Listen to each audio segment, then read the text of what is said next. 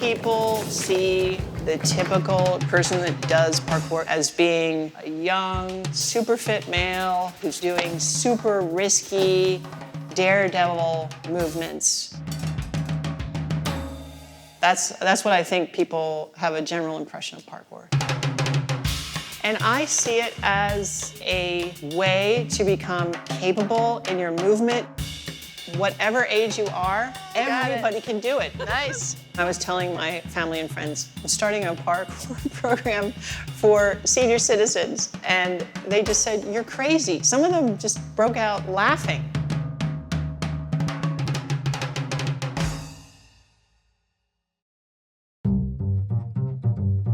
I have this thing that most of us have when we practice parkour. We call it parkour vision. It changes the way you see the world. You just see obstacles as being opportunities. I was walking by the park and I saw this woman climb a tree. And I thought, what the heck is all that? She says, this is parkour. So that's how I started. Yes, there is an element of risk in it, but you cannot improve someone's balance by keeping them on the couch all the time.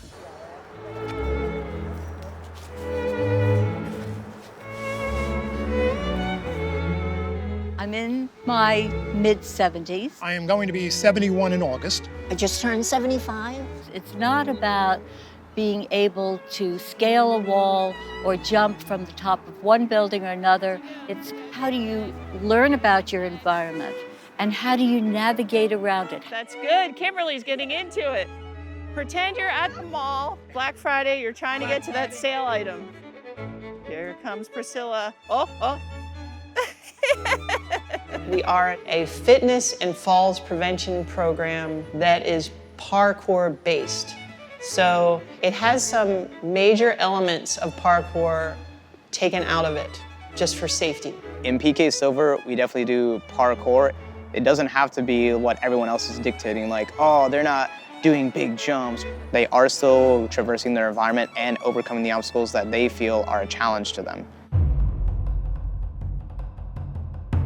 So in terms of breaking down skills, so that way it's more accessible for the seniors, we usually look at what the key fundamental things are. An advanced way for someone to kind of cross over the picnic table would probably be just jumping across or diving across. Then someone that's just starting, they more than likely would just crawl across, mostly because the contact point in the ground is the key thing for them. The whole purpose of it is to try and prevent falls and to try and make sure that the person is safe. After I saw parkour originally, I knew it was something that I wanted to try. It was pretty brutal. I was in there with a bunch of 14-year-old boys. I think that all parkour gyms are welcoming, but we are trying to make an even more accessible program. We are trying to bring this to people that are like myself. As people go through the program, they're holding themselves up higher, hopefully because of the exercises we're giving them. We actually made an arrangement with the university that was interested in studying our curriculum. The first time I heard about modified parkour from Nancy, I was a little skeptical. Oh my God, all these old people are gonna get injured. 1 out of every 4 adult over 65 will fall this year, and 27,000 people a year die from falls. Parkour is the perfect solution for this problem. We actually designed the study looking at physiological data from modified parkour. We found that parkour exercise decreases blood pressure, decreases arterial stiffness. It also improves flexibility and lower body strength in the elderly. So leg strength, flexibility, and balance are all important components in the risk of falls.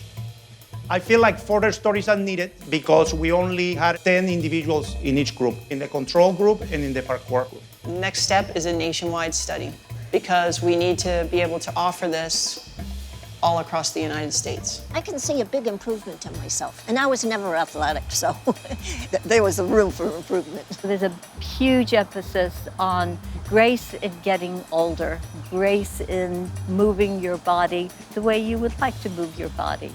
You got a bunch of old people running around the woods having fun.